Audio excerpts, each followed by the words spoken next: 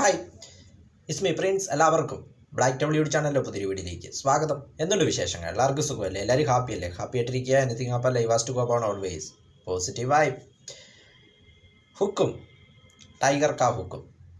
ഒരു കഥ സൊല്ലട്ടുമാ. വർഷം 2022. ബീസ്റ്റ് എന്ന് പറഞ്ഞൊരു സിനിമ റിലീസാവുന്നു. സൂപ്പർ താരം തളപതി വിജയുടെ ചിത്രം, സംവിധായകൻ നെൽസൺ. പക്ഷേ സിനിമ പ്രതീക്ഷിച്ചത്ര വിജയം നേടിയില്ല. അതിൻ്റെ പേരിൽ ആ സംവിധായകൻ ഒരുപാട് ട്രോളുകൾക്കിടയാകപ്പെട്ടു. സോഷ്യൽ മീഡിയയ്ക്ക് അദ്ദേഹത്തെ ട്രോളി. വൻ രീതിയിലുള്ള ട്രോളുകൾക്കാണ് ആ സംവിധായകൻ ആ ട്രോളുകൾ വൻ രീതിയിലുള്ള ട്രോളുകളാണ് സംവിധായകൻ ഏൽക്കേണ്ടി വന്നത്. അതോടൊപ്പം തമിഴ്നാട്ടിലെ ഒരു അവാർഡ് ഷോയിൽ അദ്ദേഹത്തെ പബ്ലിക്കായിട്ട് അവമാനിക്കുകയും ചെയ്തു. അപ്പോൾ ലോകേഷ് കനകരാജ് വന്നപ്പോൾ അദ്ദേഹത്തിൻ്റെ പുറകെ മീഡിയാസ് എല്ലാം പോയപ്പോൾ ഇദ്ദേഹത്തെ ആരും കണ്ടില്ല. നെൽസനെ ആരും മൈൻഡ് ചെയ്യാതെ ആ ഒരു അവാർഡ് ഷോയിൽ അദ്ദേഹം തലകുനിച്ച് നിൽക്കേണ്ടി വന്നു 2022. അപ്പോൾ ആ സംവിധായകൻ്റെ കരിയർ അവസാനിച്ചു. ഇനി ഇദ്ദേഹത്തിന് അല്ലെങ്കിൽ മുന്നോട്ട് ഭാവിയില്ല എന്നൊക്കെ പറഞ്ഞിരിക്കുമ്പോഴാണ് അദ്ദേഹത്തിന് ഒരു തിരിച്ചുവരവ് അനിവാര്യമായത്. വർഷം 2021, ദീപാവലി ടൈം. അണ്ണാത്തെ എന്ന് പറഞ്ഞൊരു സിനിമ, സൂപ്പർ താരം രജനീകാന്തിൻ്റെ അണ്ണാത്തെ എന്ന് പറഞ്ഞൊരു സിനിമ റിലീസാകുന്നു. ഇതേ അവസ്ഥ തന്നെയാണ് സിനിമയ്ക്ക് സംഭവിച്ചത്. സിനിമ വേണ്ട രീതിയിൽ വിജയിച്ചില്ല. അതോടൊപ്പം നിരവധി ട്രോളുകളും ഏൽക്കേണ്ടി വന്നു. അപ്പോൾ ഡയറക്ടറായ നെൽസന് അദ്ദേഹത്തിനൊരു തിരിച്ചുവരവ് വേണം. സൂപ്പർ സ്റ്റാർ രജനീകാന്തിനും ഒരു തിരിച്ചുവരവ് വേണം. അങ്ങനെ ഇരിക്കുമ്പോഴാണ് നെൽസന് അപ്രതീക്ഷിതമായിട്ട് രജനീകാന്തിന് കോൾ ഷീറ്റ് ലഭിക്കുന്നതും അതോടൊപ്പം ഒരു സിനിമ ചെയ്യണമെന്ന് ആവശ്യപ്പെടുന്നതും. അങ്ങനെയാണ് ജയിലർ എന്ന സിനിമ അണിയറയിൽ ഒരുങ്ങുന്നത്. അപ്പോൾ അതിൻ്റെ പ്രൊഡ്യൂസറായി വമ്പൻ പ്രൊഡക്ഷൻ ടീമായി സൺ പിക്ചേഴ്സും കൂടെ ആ പ്രോജക്റ്റിന് ഭാഗമായപ്പോഴേക്കും, പിന്നീട് അനിരുദ്ധും കൂടി ആ പ്രോജക്റ്റിന് ഭാഗമായപ്പോഴേക്കും എല്ലാവരും ഒരു സസ്പെൻസ് ആയിരുന്നു ഇങ്ങനെയൊരു കോംബോ എന്ന് പറയുന്നത്. കാരണം ഒരു പരാജയ ചിത്രം ചെയ്ത നെൽസനെ വെച്ച് രജനീകാന്ത് സിനിമ ചെയ്യുന്നു എന്നുള്ളത്. അപ്പോൾ രണ്ടുപേർക്കും തിരിച്ചുവരവ് അനിവാര്യമായിരുന്നു. വർഷം 2023 ജയിലർ എന്ന സിനിമ റിലീസാവുന്നു. അതുവരെയുള്ള തമിഴ് സിനിമയുടെ കളക്ഷൻ റെക്കോർഡുകളെല്ലാം തകർത്തുകൊണ്ടായിരുന്നു ചിത്രത്തിൻ്റെ ഒരു വിജയം എന്ന് പറഞ്ഞത്. കാരണം ഹേറ്റേഴ്സിൻ്റെയൊക്കെ വായടപ്പിക്കുന്ന രീതിയിലായിരുന്നു നെൽസൺ ആ ചിത്രം പ്രസൻറ്റ് ചെയ്തത് തന്നെ.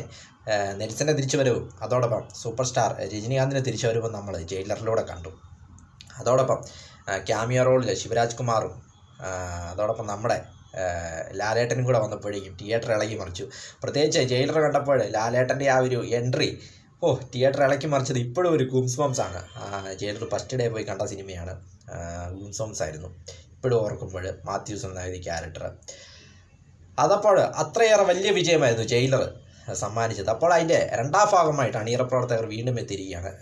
ജയിലറിൻ്റെ രണ്ടാം ഭാഗം, Jailer 2 announcement teaser Sun TV news YouTube ചാനലിലൂടെ പുറത്തുവിട്ടു. ഞാൻ കാണുമ്പോൾ 8.5 മില്യൺ വ്യൂസും കടന്ന് ട്രെൻഡിങ്ങിൽ നമ്പർ 1 പോയിക്കൊണ്ടിരിക്കുകയാണ് അനൗൺസ്മെൻറ്റ് ടീസർ പ്രൊമോ. ഇത്തരം പ്രൊമോകൾ ചെയ്യുവാൻ നെൽസനെ കഴിഞ്ഞിട്ടേ ആളുള്ളൂ. അദ്ദേഹത്തിൻ്റെ മുൻകാല ചിത്രങ്ങളിലെല്ലാം അദ്ദേഹം ഡോക്ടറിലേക്കാണെങ്കിലും അദ്ദേഹം നല്ല അടിപൊളി പ്രൊമോകൾ ചെയ്യുന്ന ആളാണ്. നല്ല ഹ്യൂമറസ് ആയിട്ടുള്ള പ്രൊമോകളൊക്കെ ചെയ്ത് നമ്മളെയൊക്കെ ഇങ്ങനെ എൻ്റർടൈൻ ചെയ്യിപ്പിക്കുന്ന ഒരാളാണ്. അതുകൊണ്ട് തന്നെ നല്ലൊരു ഹ്യൂമറും അതോടൊപ്പം ഗൂംസോംസും നൽകുന്ന ഒരു അടിപൊളി ഒരു ടീസർ പ്രൊമോയാണ് അണിയറ പ്രവർത്തകർ പുറത്തുവിട്ടത്. പ്രൊമോയിലുള്ളത് നെൽസനും രജനീകാന്തും അതോടൊപ്പം അനിരുദ്ധും കൂടിയാണ് പ്രൊമോയിലുള്ളത്. അപ്പോൾ അതിൽ അനിരുദ്ധ് പറയുന്നുണ്ട്, ഇതേ പണില്ലാമേ നെൽസാന്ന്, ഭയങ്കരമാരൊക്കെ ഇത് പണില്ലാമേ നെൽസാന്ന് പറയുന്നുണ്ട്. അതെ, ആ ഒരു ഇതോടുകൂടിയാണ് ഇതിൻ്റെ പ്രൊമോ അവസാനിക്കുന്നത് തന്നെ. ഏതായാലും ജയിലർ 2 ചിത്രത്തിൻ്റെ പ്രൊമോ എങ്ങനെയാണ് അണിയറ പ്രവർത്തകർ പുറത്തുവിട്ടു. അപ്പോൾ ഇതിൻ്റെ കാസ്റ്റിംഗ് ഒക്കെ എന്താണെന്നൊന്നും അതിൻ്റെ ഡീറ്റെയിൽസ് ഒന്നും ഇതുവരെ പുറത്തുവിട്ടില്ല. മോഹൻലാൽ ഉണ്ടാകുമോ, ശിവരാജ് കുമാർ ഉണ്ടാകുമോ, അതോ ഇനി മറ്റു ഭാഷകളിൽ നിന്ന് വേറെ ഏതെങ്കിലും സൂപ്പർ താരങ്ങളാകുമോ ചിത്രത്തിലുണ്ടാവുക എന്നൊന്നും ഇതുവരെ പുറത്തുവിട്ടിട്ടില്ല. ഏതായാലും ജയിലർ നൽകിയ ആ ഒരു വിജയം എന്നത് ജയിലർ 2 വൻ ഹൈപ്പായിരിക്കും ഇനി നേടിക്കൊടുക്കാൻ പോകുന്നത് എന്ന കാര്യത്തിൽ യാതൊരു സംശയവുമില്ല. പ്രത്യേകിച്ച് രജനീകാന്തിൻ്റെ ആ ഒരു 74-ാം വയസ്സിലും അദ്ദേഹത്തിൻ്റെ ആ ഒരു സ്വാഗും കാര്യങ്ങളും അടിപൊളിയാണ്. കണ്ണാടിയൊക്കെ വെച്ചുള്ള ആ സ്ക്രീൻ ഇതൊക്കെ വിഷ്വൽസൊക്കെ നമ്മൾ കണ്ടതാണ്. ഈ പ്രൊമോയിലും അടിപൊളിയായിരുന്നു. ഏതായാലും ടൈഗർ മുത്തുവേൽ പാണ്ഡ്യൻ എൻ്റെ ആ ഒരു റിട്ടേൺസ് ആരാധകർ ആവേശത്തോടെ കാത്തിരിക്കുകയാണെന്ന് പറയാം. ഈ വർഷമാണോ അടുത്ത വർഷമാണോ റിലീസെന്നറിയില്ല. ഏതായാലും ജയിലർ 2 വേണ്ടി എല്ലാവരും വെയിറ്റ് ചെയ്യുകയാണ്. ഹുക്കും, ടൈഗർ കാ ഹുക്കും. അതോടൊപ്പം ഈ പാട്ടുകളുണ്ടാക്കിയ ഓളവും അനിരുദ്ധ് അതുവരെ ഹൈപ്പിലാതിരുന്ന ചിത്രത്തെ അനിരുദ്ധ് പാട്ട് വെച്ചുകൊണ്ടാണ്, അതിന് മ്യൂസിക് കൊണ്ടാണ് ഹൈപ്പ് കയറ്റിക്കൊണ്ട് വന്നത് ജയിലറിൻ്റെ കാര്യം. ഹുക്കും, ടൈഗർ കാ ഹുക്കും എന്നത് ഇപ്പോഴും എല്ലാവരുടെയും ഫേവറേറ്റ് ആണെന്ന് പറയാം.